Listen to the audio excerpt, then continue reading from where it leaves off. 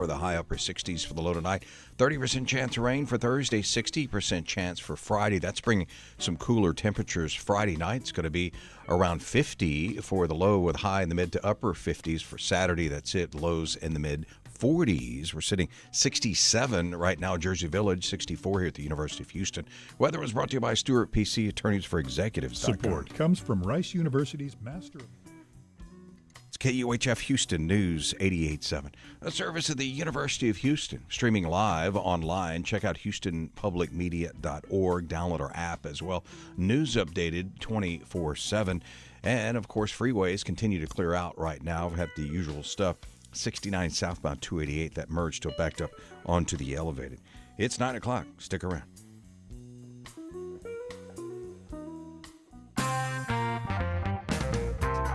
President Trump says Venezuela will provide the U.S. billions of barrels of oil that he'll use to, quote, benefit the people.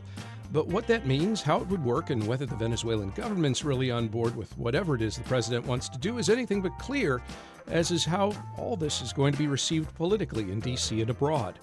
I'm Craig Cohen. Today on Houston Matters, the politics behind the U.S. move in Venezuela and other developments in our regular Wednesday political roundup.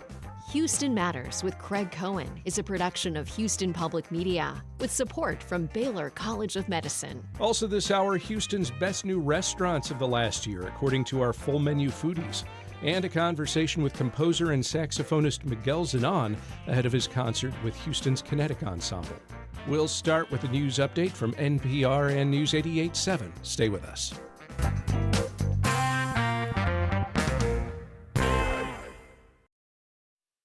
Live from NPR News in Washington, I'm Corva Coleman. U.S. defense officials say that the U.S. has seized 2 tanker ships. The Pentagon says one of them is a stateless motor tanker called the MT Sophia.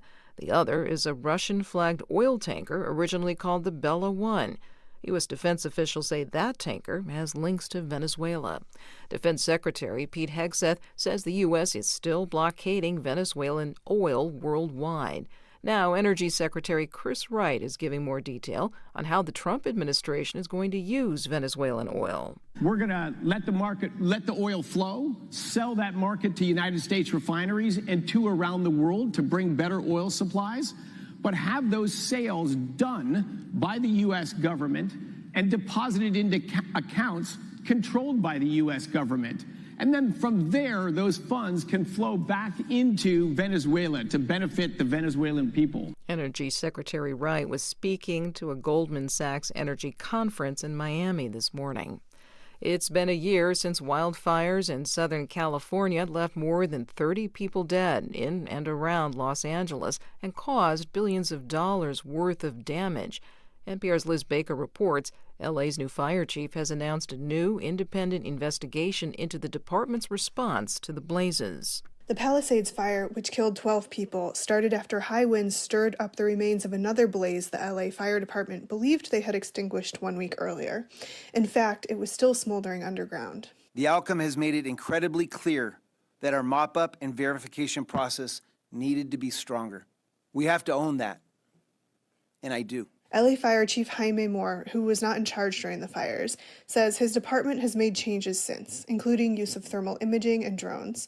He also announced a second independent investigation into the LAFD's response to both fires after acknowledging that the first report, which published before his tenure as chief, was heavily edited to shield department leadership from responsibility.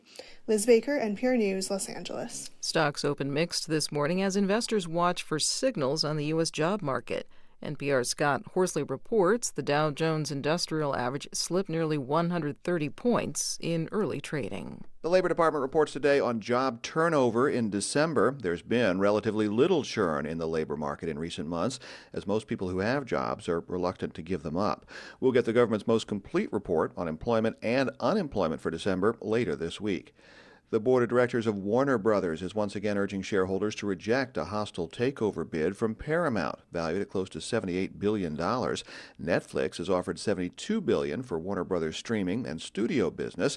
The board's recommending shareholders take that offer. Scott Horsley, NPR News, Washington. On Wall Street, the Dow is down 140 points. It's NPR. Support for NPR comes from NPR stations. Other contributors include the estate of Joan B. Kroc, whose bequest serves as an enduring investment in the future of public radio and seeks to help NPR be the model for high-quality journalism in the 21st century. This is NPR.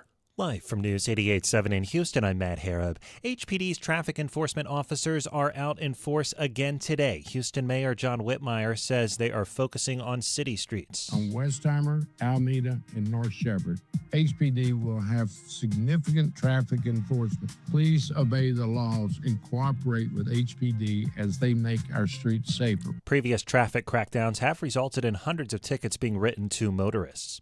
Dozens of parents turned out last night for the first of several Houston ISD community information sessions addressing a proposal to sunset magnet programs at 10 high schools.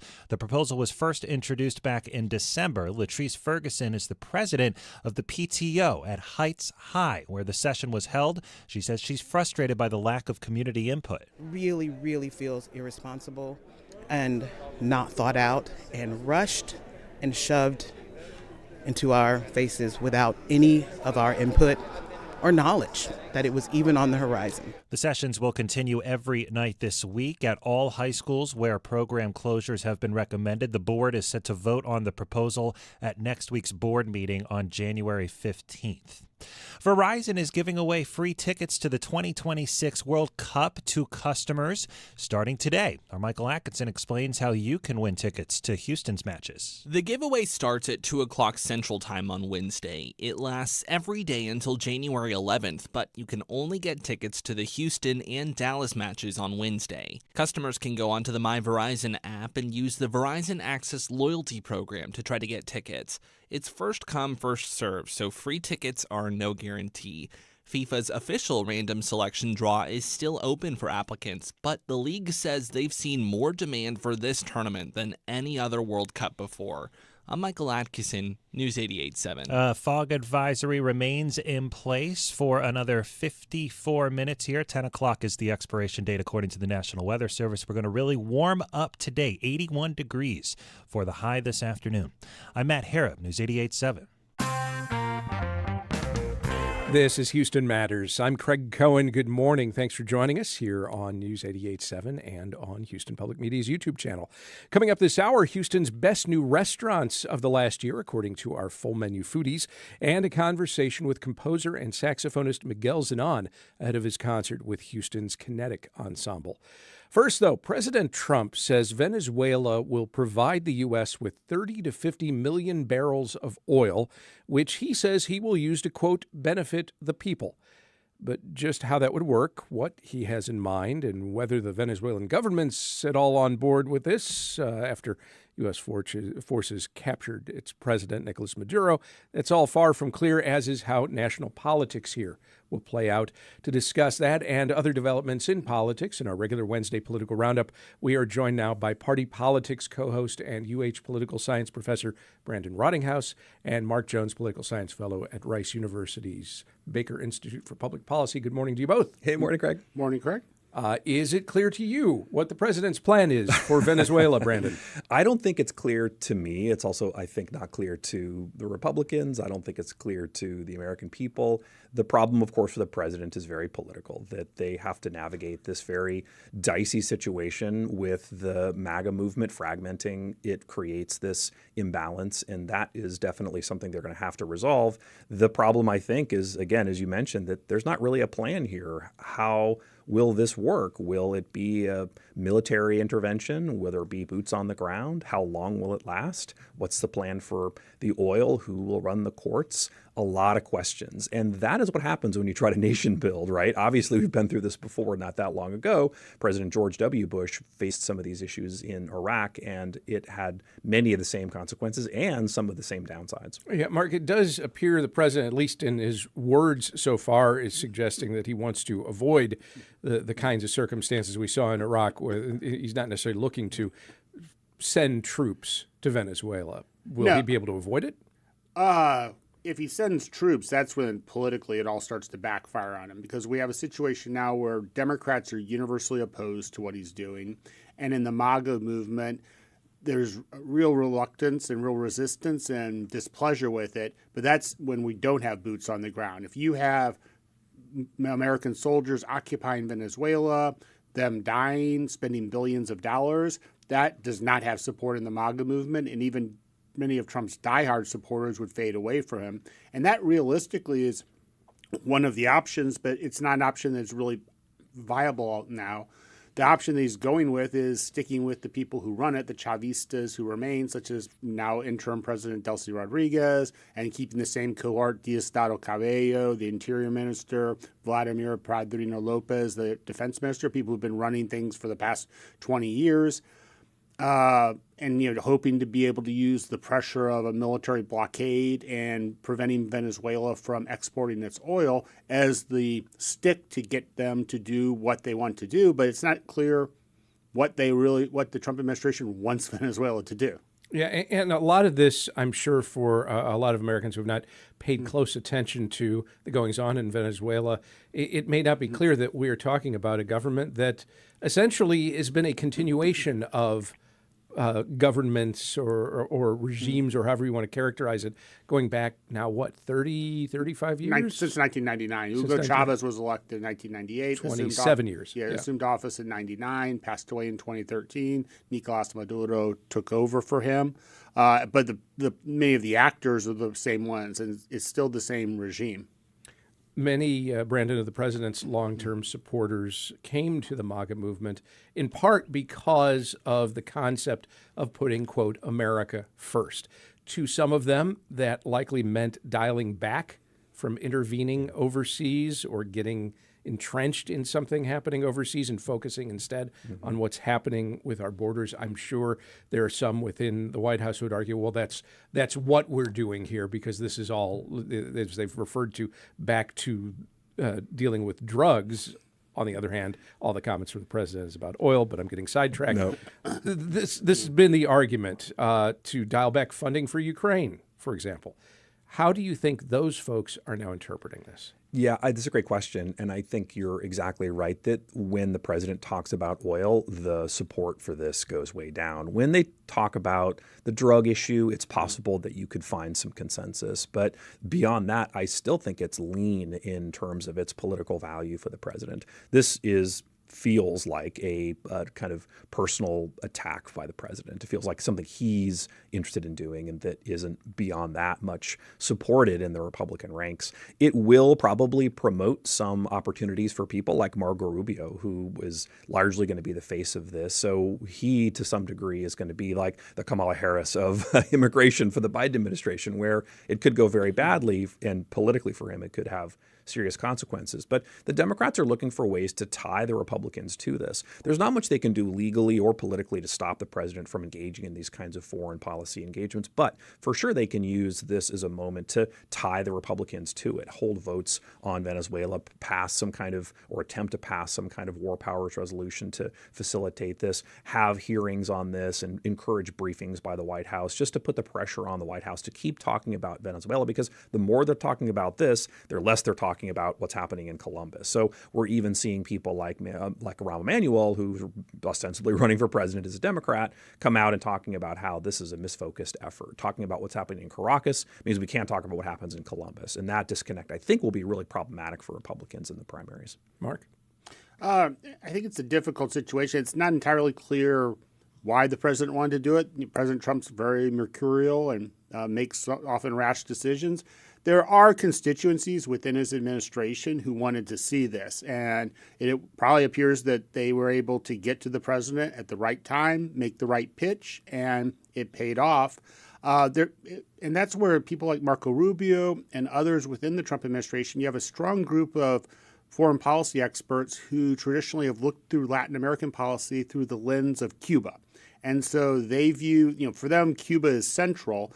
And they view this as a way for them to actually do what they've been trying to do since Fidel Castro took over more than 60 years ago, and that is return in the dominance of the Cuban Communist Party. They know that Cuba is on its really last legs economically. It's teetering, and Venezuela provides about 40% of its oil at virtually free prices, if not free, heavily subsidized. Without that oil, it's possible that the Cuban economy could topple. and that might lead to regime change there. And at the end of the day, Marco Rubio and many of the people who are associated with him care far more about Cuba than they do about Venezuela. Yeah, I'm glad that he brought up Cuba, because it is this kind of continuing idea that the Western Hemisphere is the U.S.'s hemisphere. It's the Monroe Doctrine, or now the Don Roe Doctrine, aptly named. But the kind of saber rattling that's occurring to suggest that maybe we'll invade Mexico, maybe we'll invade Cuba. There are all these sort of ideas that the administration is floating, which have economic consequences in America. The scholarship on this is interesting. It suggests that when presidents saber rattle, it basically creates economic uncertainty. It drops consumer confidence. It makes markets more volatile. So the kind of implications in foreign policy discussions publicly happening by the president has a long-term implication for what's happening in the domestic economy. And that's where the Republicans are most vulnerable politically. So this, I think, is a continuing difficulty for the president. He's got to get this cleared up quickly, at least to have it not as prominent as a political story as it's been. There is a tendency by some maybe to make this knee-jerk reaction anytime something comes along, in particular that President Trump pursues, to say, oh, this has never happened before. We've crossed another line. But this kind of has happened before. We have a long history of intervention in other nations. Sometimes it's militarily, sometimes covert, sometimes it's characterized as peacekeeping, some attempted nation building. What would you point to and say, this is the parallel, this is the example that we should point to and say, okay, this is kind of going the way we tried to do this before here? Well, that's the difficult part, in that, one of the parallels in the Western Hemisphere would be Panama in 1989, when George H.W. Bush sent in troops to oust Manuel Noriega and install Guillermo Endara, who had been technically elected but not elected because of fraudulent elections, placing him in power. Or going back to the 80s with Ronald Reagan in Grenada, where we intervened and removed Maurice Bishop from power and ended Cuban presence in Grenada. The difficulty for Venezuela, and then Iraq would be another one, but there we went in for a full-scale invasion.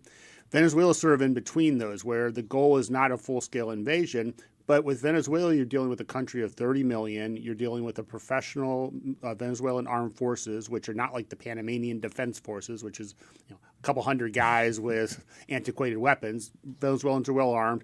You have the colectivos, which are the paramilitary sort of arm of the Chavista movement, which are tens of thousands of very well-armed people spread throughout the country. You have criminal gangs. So the option of going into Venezuela really is not palatable unless Republicans want to see the worst election result ever, I think, in modern history in 2026. And so they really are constrained in terms of their ability to pressure the powers that be. And I would suspect that what we've seen the Chavista movement do over the past 10 to 15 years, that when pressured to make changes, they go along and they talk and they hold meetings, but they try to resist and essentially kick the can down the road. And I would expect that we're going to see them try to do the bare minimum of what they think they need to do to allow themselves to have the oil exports, because they do depend on that. That's about 90% of their hard currency comes in through oil exports.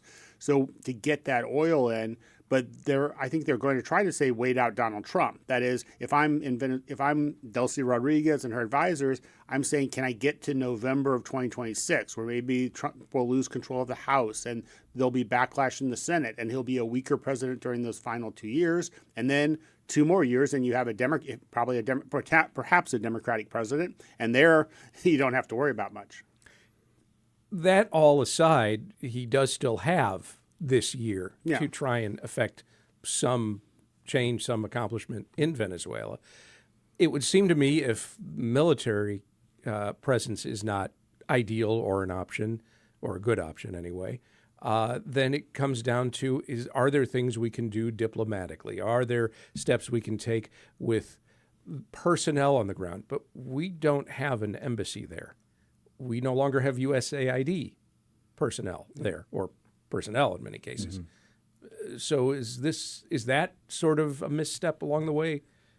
in light of the moves that have been made the last few days? Yeah, it's certainly, cutting off your nose to spite your face. In fact, some of the pushback we're seeing in Congress is to basically undo some of the things that the administration has suggested in terms of funding cuts or reorganization. So this is happening in a more generic way too. But I think those kind of soft power arrangements are really in jeopardy. And a lot of people look at this as a problem because it doesn't give the kind of flexibility or the kind of might that the U.S. might have in the region to be able to accomplish something more than just sort of this outcome in this one place. So that's of, I think, diplomatic concern and military concern. The other thing to note, and I think Mark is exactly right about this, that the problem here is that even if there are parallels for the U.S., it's also the case that other big powers across the world are engaging in similar kinds of activities, which the U.S. is having to negotiate around or potentially fight towards. So in China, in Russia, these are all moments and leaders and actions that the U.S. is now taking without serious consequences. And ultimately, it could be a problem.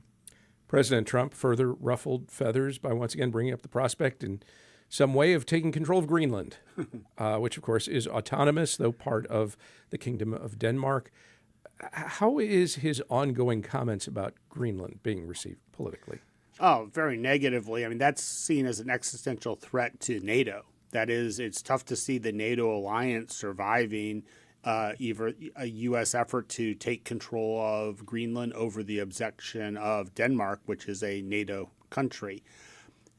The U.S. has mid-range options it can take under military treaties that we have with Denmark. We can expand our military bases in Greenland. We can expand our presence in the country. But it may be that President Trump wants more than that. That is access to the precious minerals, lithium, copper, providing a stronger presence there vis-a-vis Russian ships. And then not having to deal with pesky Danish dog sleds, which I think he doesn't like for some reason. If you wanted to increase military presence in Denmark, I would think Greenland. the first step, in Greenland, I would think the first step would be not to tell Denmark you want to take over Greenland. That would be a smart move. But we've also seen essentially implicit threats to Mexico and other countries. So it's not entirely clear where this stops, and it's creating I think also a very bad precedent internationally. I would be very worried right now if I was Taiwan, because we have very clearly signaled that the United States believes that if a country in its orbit nearby represents in what it believes to be a threat to its national security, it has the right to go in and remove that country's leader. Now, the Taiwanese leader is democratically elected, and Nicolas Maduro was, at least in the eyes of the United States, not. But China believes that Taiwan is part of its territory, and if the DPP, the governing party in Taiwan, were to make further efforts or, mentions of independence, you could see something similar occur there, and China could point back to this as the precedent of, well, the United States did this in the Western Hemisphere. We're doing it in our territory. And, of course, that's also been Putin's argument all along in Ukraine. Yeah. Many of the president's longtime detractors have characterized the events of the last few days as an intentional distraction from the Epstein files, from a struggling economy, from low polling numbers, you name it. Are they right? It's a tough thing to pin because there are just so many distractions. I think the kind of news cycle now is, hours, not days, as it used to be. And that creates a difficulty to determine kind of what's real news and how long it should last. Obviously, the kind of fragmentation of media means that people are paying attention to the things that they care about. And I think that for the president, he's hoping that the people who are paying attention to what he's doing are people who are already supporting him. The problem is that number is shrinking. And if you are looking at this as an electoral strategy, it makes it even harder because usually you want to pick something that's going to hit the median voter. And that isn't not this. So I think the more that this happens, the more it's taking away from the things people care about. So in a way, this is a way that President Trump was successful. You can flood the zone and make sure that people are not attentive to any one thing, and they kind of ignore maybe some of the offshoot things. In fact, one of the president's sort of statements and speech at in front of the Republicans at the Trump Kennedy Center was, fraught and chock full of complicated things and some offensive things, and people just didn't even pay attention to it. So he's hoping that's true. But the problem is that the more that happens, the more it takes away from the core political issues that people really care about. You can't talk away or ignore the pocketbook concerns of Americans. And that's where the election is going to be won or lost. We are discussing developments in politics in our regular Wednesday political roundup. And in the spirit of overcoming any perceptions of distractions, we'll dive into some other issues as we seek context and clarity about fast-moving developments from Party Politics co-host Brandon Rottinghaus and Rice University's Mark Jones. More ahead as Houston Matters continues. You count on Houston.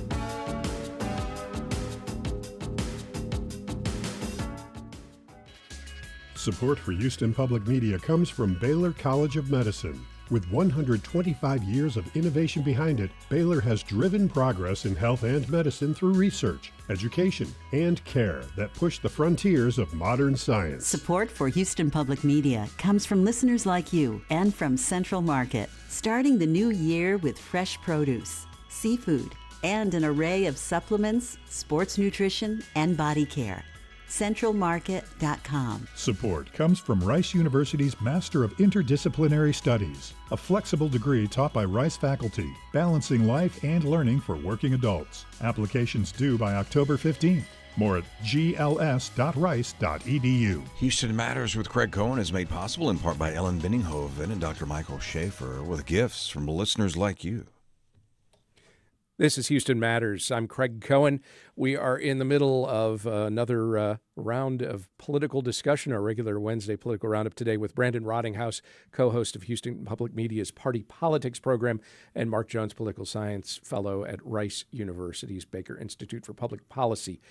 Venezuela aside, what's on the congressional to-do list here at the start of the year, Brandon? It's actually pretty interesting. Congress seems to be getting along pretty well and rejecting some of the things the president's offering. That's what I mentioned earlier, where you're seeing the Congress basically push back on this mini budget, essentially minibus, that's going to fund the government for a temporary period. And some of the things inside of that really reject what the president had offered in terms of reorganization or in terms of funding. Things like NEH, National Endowment for the Arts, or stayed in terms of the funding levels as they were. So those are some opportunities for Congress to push back against the White House. They're also in line to reject some of the vetoes the president issued. So there's possibility here that we're going to see some additional pushback. But at the end of the day, they have to get some kind of funding package passed. They have 3 weeks to get the government funded fully. This is basically them kicking the can from the last time there was this. I don't think there's an appetite for a shutdown. No one wants that in this moment where they're fighting about a bunch of different things. So I don't think we'll see that. But obviously, there's a risk that there's going to be conflict and that'll erupt into some kind of a lack of funding. Mark, Congressman Doug LaMalfa, a Republican from California, died this week. What should we know about him and the role he played in Congress?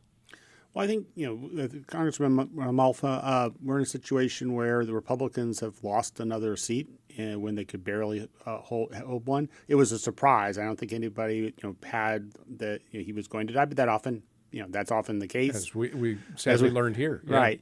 I think for the Republicans, it really puts them on takes a wafer thin and makes it even more thin in terms of their majority, meaning that Speaker Johnson has to have every Republican in line with him in order to get anything passed. And so his degrees of freedom have dropped. Marjorie Taylor Greene leaving, drops it even further. And then once the winner of the Amanda Edwards, Christian Menefee special election, Congressional District 18 runoff takes office, I think there'll be a 2-seat advantage for Republicans then.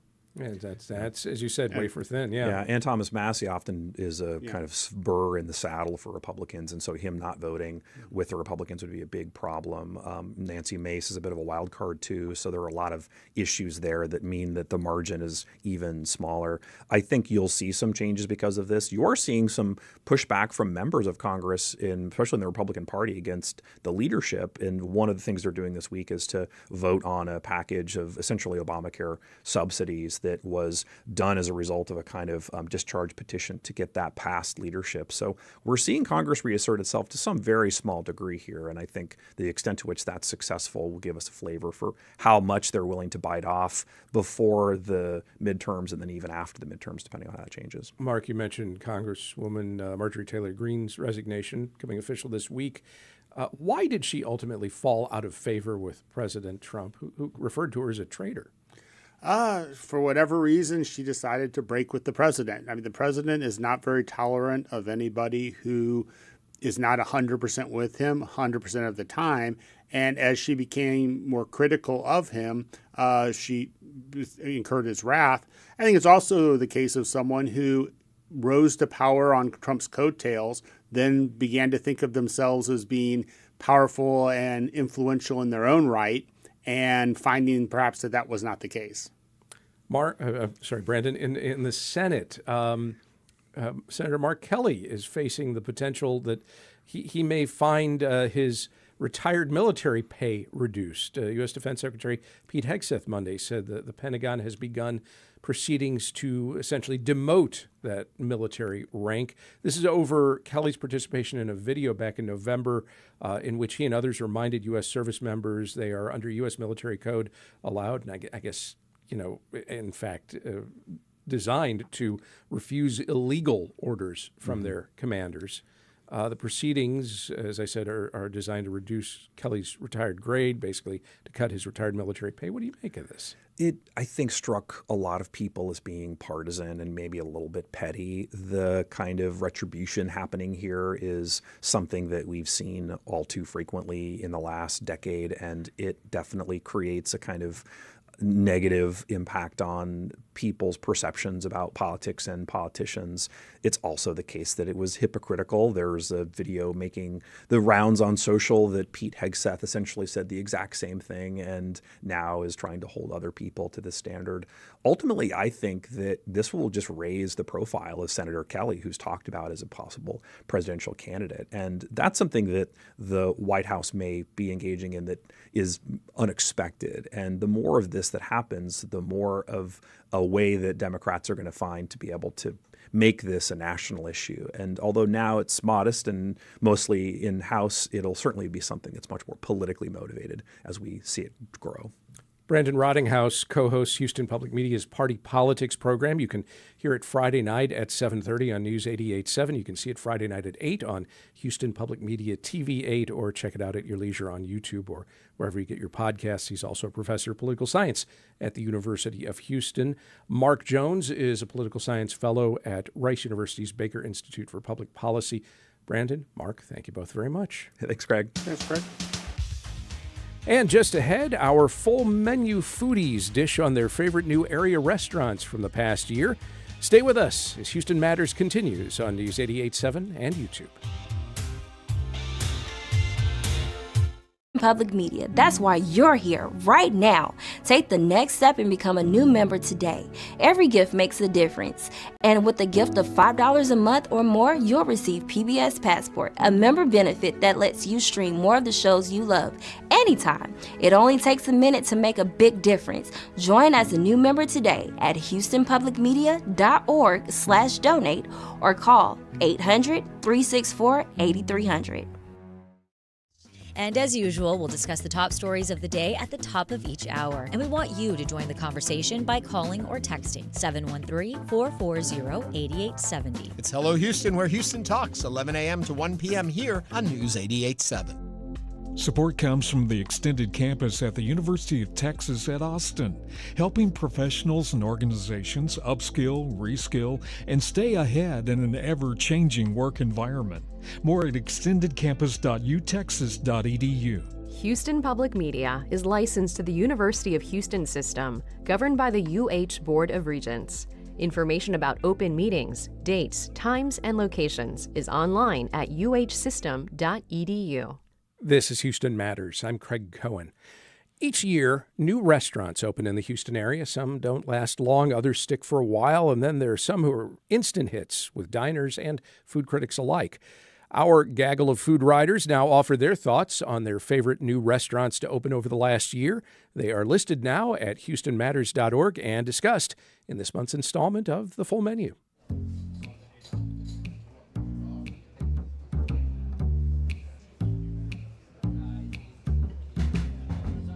I'm Felice Sloan. Follow me at Swanky Maven.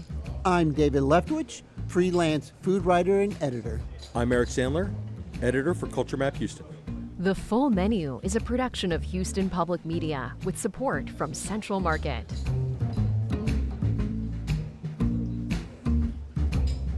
Everyone, this is always one of our favorite shows. Best new restaurants, our favorite restaurants, are things that opened in 2025. And in true Houston fashion, we didn't lack restaurants opening.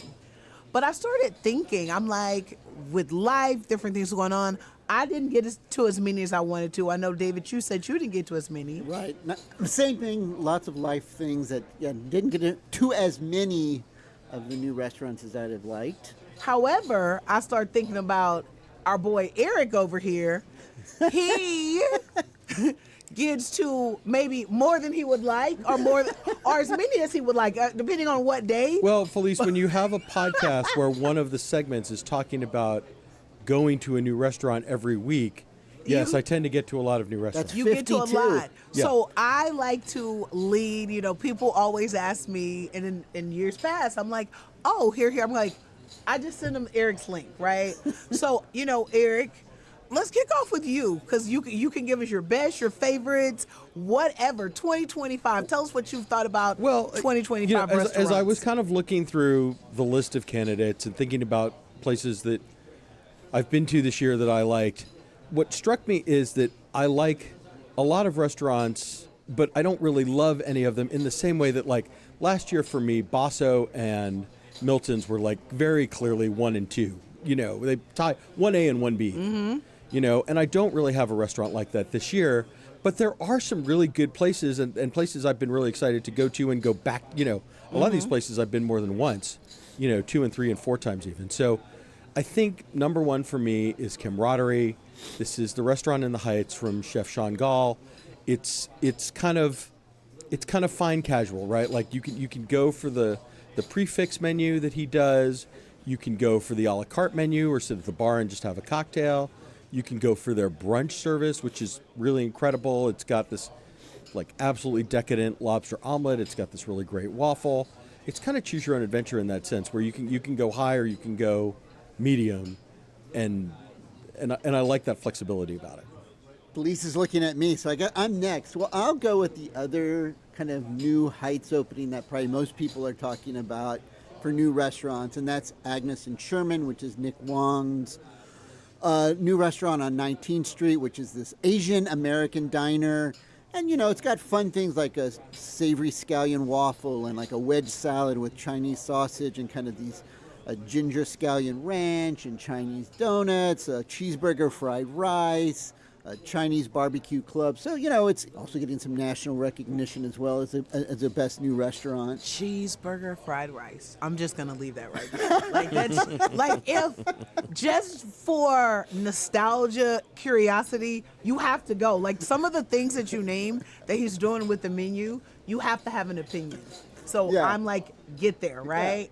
Yeah. For me, I'm just going to go with nostalgia, things that made me feel good, things I was looking forward to. I'm going to start with you. We talked about burgers, Boo's Burgers, like pop up. People were waiting. I know he was sick of hearing it. He's like, I'm going to give y'all this restaurant and y'all better come. And the people came and they're still coming. Yeah. And I love what he's doing with one of the things with, you get the great burgers. He added a mushroom burger that I think I like as much, if not better, than the burger. Then he does these specials. Like he may give you a collaboration. He may give you a weekly special. I was praised, I love his gumbo. I'm like, he did gumbo last week when it was cold. So yeah. Boo's is it for me, right? Like, loving it. All right, Felice, next up for me is a restaurant that we actually went to together. I am thinking of Yaya's Greek Kitchen. This is kind of the reimagining of Yaya Mary's by Pappas Restaurants, and they've made it a little fancier, right? They kind of did just like they took Little Pappas Oyster Bar and turned it into Little's Oyster Bar. You know, they took Yaya's and went upscale with it. So you've got the better selection of cold seafood, a great selection of Greek wine, and then like all the fish and the proteins, all that stuff has kind of gotten an upgrade. So I'm going for the lamb chops. I'm going for the dolmadas, the grape leaves. I'm going for their hummus, was really excellent. A lot to like on that menu at Yaya's.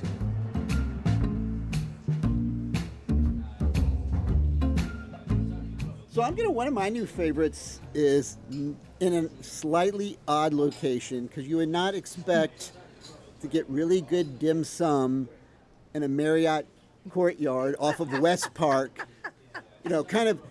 So Silk Road is like in the spot where you would probably think you'd get that free breakfast. You go in and you get the bad sausages. This is not that. It's really good dim sum. Like they do a mushroom bao and it's cleverly shaped like a mushroom. They do these, their shrimp dumplings, the shumai, all the classics, chive dumplings, turnip cakes, just well done. Crispy shrimp chung fung. That is the thing to get. It's so great. Love it. That's Houston, though. It's so Houston, right? Yeah, it's like, you get good Ethiopian in a former Denny's, and you get Nigerian food in a former Bennigan. So now why not really good dim sum in a Marriott courtyard? I'm buying what you're selling. So this restaurant came from the Woodlands. I think they really opened toward the end of last year. December 24th. But we didn't get any love for us like December the 3rd or something. But it's okay because we're going to roll into 2025, and that's Fieldings River Oaks. I used to go to the Fieldings. I would travel out because I have friends go to the Fieldings in the Woodlands. And that was cool. It was kind of like a better to best story. This is not that. This is amazing, right? Like that was good, but this is, I love the vibe. It has good vibe, has good energy. Their brunch, it's one of my favorite brunches in the city. That crab avocado toast. When you think of like people like, oh, it's just toast. I'm like, it's a whole meal. Like it's that, and then they're doing in-house breads, all the breads. Like, dry aged steaks, really nice seafood program, great deep wine list, delicious cocktails. It's a really complete experience. And I think because it's in like the first floor of an apartment building, it's still flying a little bit under the radar for people, but it's right around the corner from Central Market. So this is a nice addition to the, River Oaks, Galleria area, inner loop scene. All right, one more time, Felice, a restaurant that we went to together. Let's talk about Latuli. This is Brian Caswell's comeback restaurant. I know this is on all three of our lists, but a lot of us have followed Brian's career, even going back to Bank Jean George and the Hotel Icon. Certainly Reef is very pioneering Gulf Coast seafood restaurants, Stella Sola, El Real Tex-Mex, even Little Big's The Sliders concept. All of those times in his career are represented on the menu at Latuli, along with some new stuff. Everything's been updated, but you can go for the crispy skin snapper. You can go for the cheese stuffed giant meatball. They've got pizzas, they've got pastas, they've got a burger, they've got steaks. It's a large restaurant, and it is packed every night. Memorial absolutely loves this place, so you got to plan probably a couple weeks in advance if you want to go. And if you want to go on a Friday or Saturday, you probably got to plan a month in advance. Yeah. But yeah, it's just a great comeback story. Yeah, great crab cakes. Got to get the crab cakes. Also, it's open for lunch, so if you kind of can't get in at dinner, go for lunch. And also the service. I was, like you said, it's a pretty restaurant, but it's also great service, great hospitality.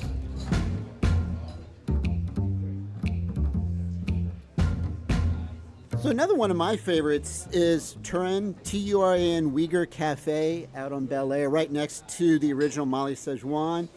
And there used to be a Uyghur restaurant that closed a few years ago, so this is stepping in to fill that void. And Uyghur cuisine kind of combines Chinese with Middle Eastern because it was a stopping point on the Silk Road. So The food is really, really interesting, really good. And there's this, one of my favorite new dishes in Houston is this Uyghur goshnan, which is a crispy meat pie, and it's stuffed with this kind of cumin and onion spiked ground lamb, perfectly crispy crust, really good. But also they have really like a really good chicken dish with these really kind of thick, silky hand-pulled noodles. So yeah, just really good, kind of a different cuisine here in Houston, and well done. So I'm going, good God, Nadine's. I just love saying it. Like, so when you say it, it's very funny. That's how I feel when I go in there. Like, I'm literally saying it the whole time. Like, I get something and I'm like, good God, Nadine's. The drinks, they have a good vibe. They just started doing brunch, but I love, like, they have sliders. It's not serious food, but very serious, right? Like, it's just feel good food. Like, where they have guacamole, but they do it in like a fun way. They have, like I said, they have the slider burger. You can get fried shrimp, and so it's fun. It's fun. Last one for me. I have to talk about Kaizen Sushi. This is the ghost kitchen here in Third Ward, right? You know, we're here at Houston Public Media, right in the heart of Third Ward. Chef Sonny is doing like restaurant quality nigiri, sashimi, maki in a to-go format and at very affordable prices. And his social media presence is really dynamic. He's always talking about what it costs to run the business, how much money he's making. He's really like letting people behind the curtain and being very transparent. And so the quality of the food and that honesty is really appealing to me. And I've ordered from this quite a bit this year. Well, this is going to be hard because I think we're all leaving stuff on the cutting room floor here. So I'm going to go with, since this has been a good year for bar openings, I'm going to go with my favorite new bar that actually has food, so that's why I'm slipping it into the restaurant category here, and that's Berwick's Bird of Paradise. Robin Berwick is well known for Double Trouble, which is well-loved Midtown bar, and she opened this new bar up in the Heights. And it's, this tropical themed kind of inspired cocktails, but also really good food, a good burger, a good sandwich called the Bikini, which is kind of like a take on the Cuban with some sliced ham and cheese, also good tostones. So it's again, well-balanced cocktails, some good food, casual environment, fun place to go, and, kind of a representation of the several good cocktail bars that have opened this year. So we don't have a criteria for this list, like old, new, because it's new. So people have been wearing me out. I'm in Northwest Houston. There's not a lot of cool places to eat in Cypress, but they found out that a Houston place that we love was coming to Cypress, and that's Jonathan's The Rub is in Cypress. Jonathan's The Rub, so excited for them. Get there. It's soup season. Get the soups.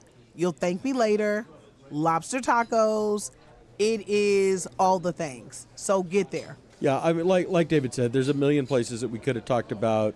Perseids, Chardon, Hipsy, Kitchen Rumors. Apologies to all those places. It's been a very good year for new restaurants. Hopefully this gives you a starting point to go out there and try some of them.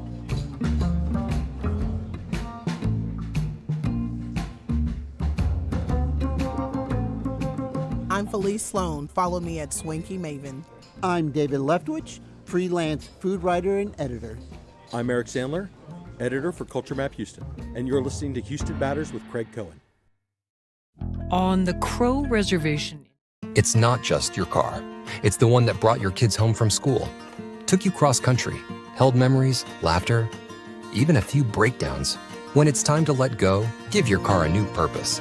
Donate it and turn memories into meaningful support for this station. Plus, you'll enjoy free and easy pickup, potential tax benefits, and a simple donation process. Your gift supports the programs you and your family love. Donate today and help keep public media strong. Call or donate online. Presenting Hemispheres, a concert of music across cultures and continents, with music by Piazzolla, Sibelius, Grieg, and more. January 10th at the Wortham. More at mercuryhouston.org. Support for Houston Public Media comes from arbitrator, mediator, and attorney Sylvia Mayer, providing in-person and video conference arbitration and mediation services. More information available at smayerlaw.com. Composer and saxophonist Miguel Zenón performs this weekend with Houston's Kinetic Ensemble. The musician's collaboration with the Area String Orchestra will feature his concert-length work for strings and saxophone. It's called Yo Soy la Tradición. Zenón tells Houston Matters producer Joshua Zinn about the work and the music that's influenced him.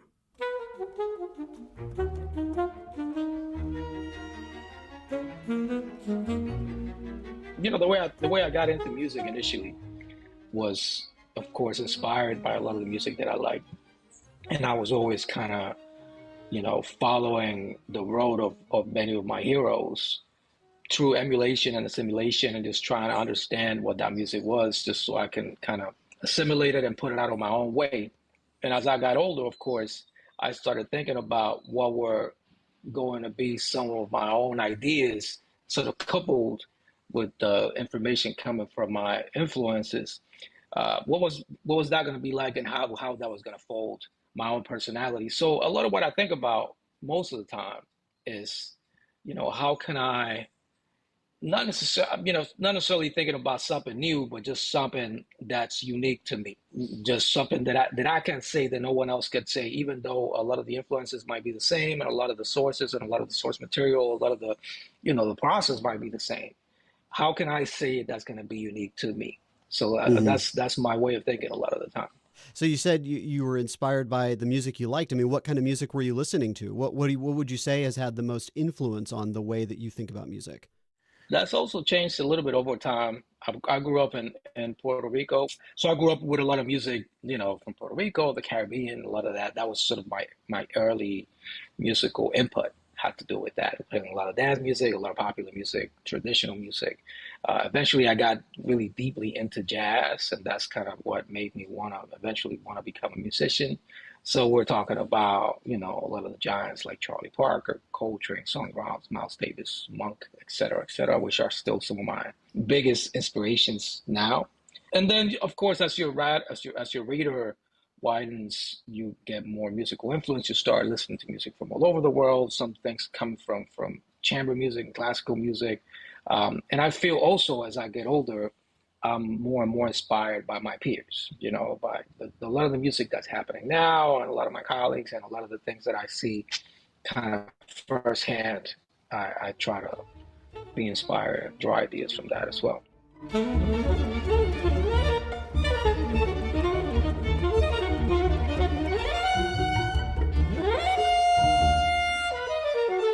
So you're going to be performing a new version of your work, Yo Soy la Tradición, with Kinetic. What is the overall concept behind this piece originally? So the piece was originally written for string quartet and saxophone. This was probably 2017, 2018, something like that. And the piece is inspired by a lot of traditional, well, I could say music, but just like a lot of traditions from Puerto Rico. Some very musical, some non-musical, but that can be translated to music, like things coming from religious practice and things like that. So what I did was I kind of conducted this little research and drew out a couple of different elements and some materials and wrote original pieces based on those materials. But there, of course, and the title, Yo Soy la Tradición, it means I am tradition, but it could also mean I am the tradition, or this is what tradition is. So I'm drawing a lot of things from the jazz tradition, the jazz world, and a lot of things from the chamber world too, in terms of the orchestration for the ensemble, et cetera, et cetera. And that's kind of how the piece started originally. How it grew into this project with Kinetic has a lot to do with Natalie Lynn Douglas, the amazing violinist who's one of the leaders of Kinetic. Natalie and I are colleagues at MIT. We teach there together. So we started talking about a collaboration a little while back. We kind of started that collaboration earlier this year in Boston, earlier last year now. So we did a couple pieces for that. It really worked. It worked really, really well. So then we sort of expanded it for the full program, so we could do the full program with the ensemble.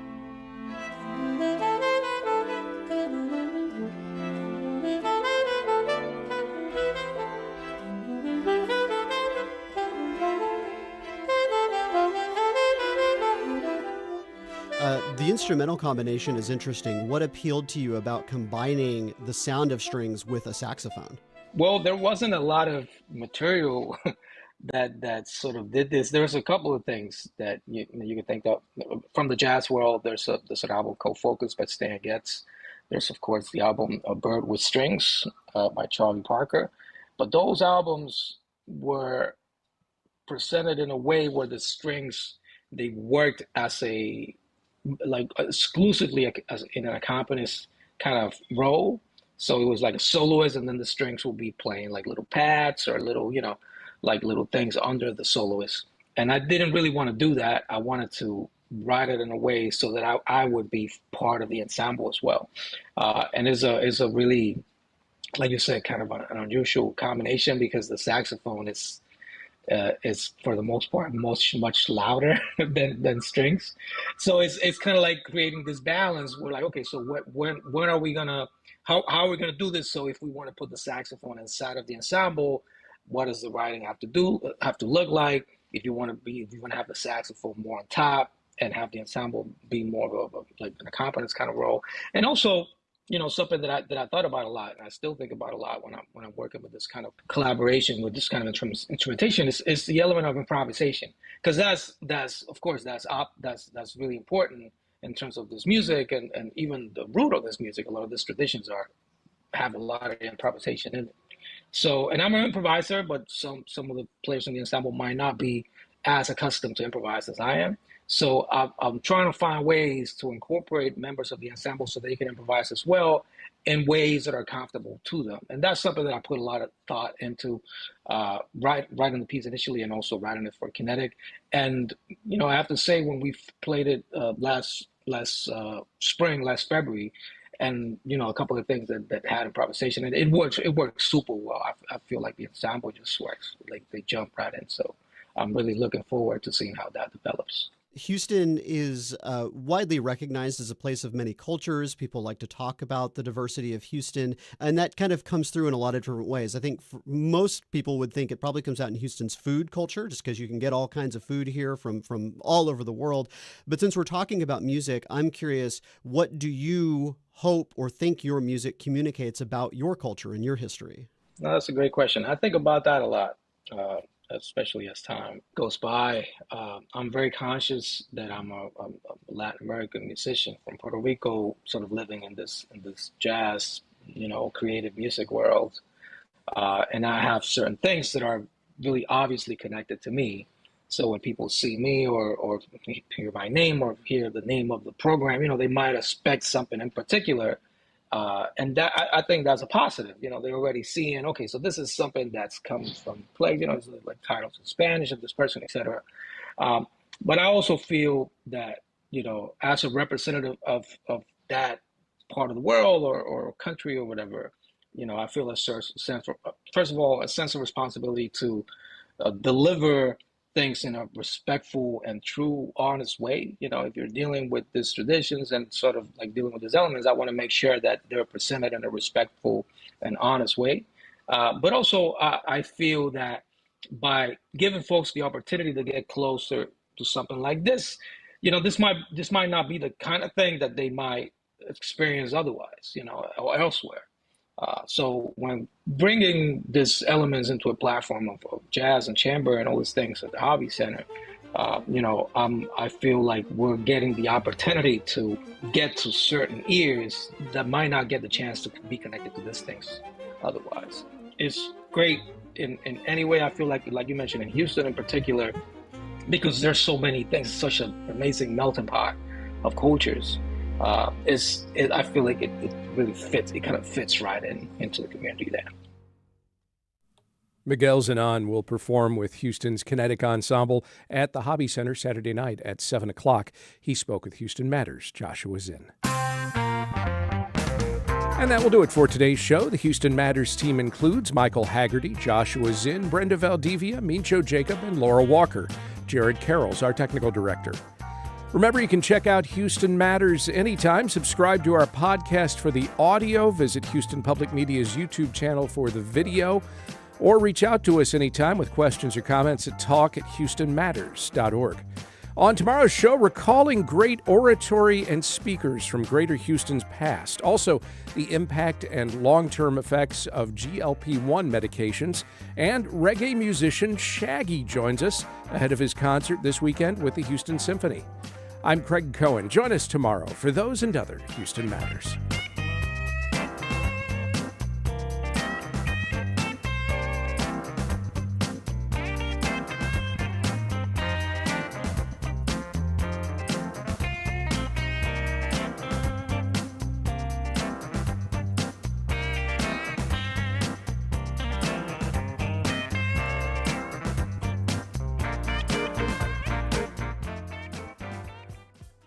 Support for Houston Public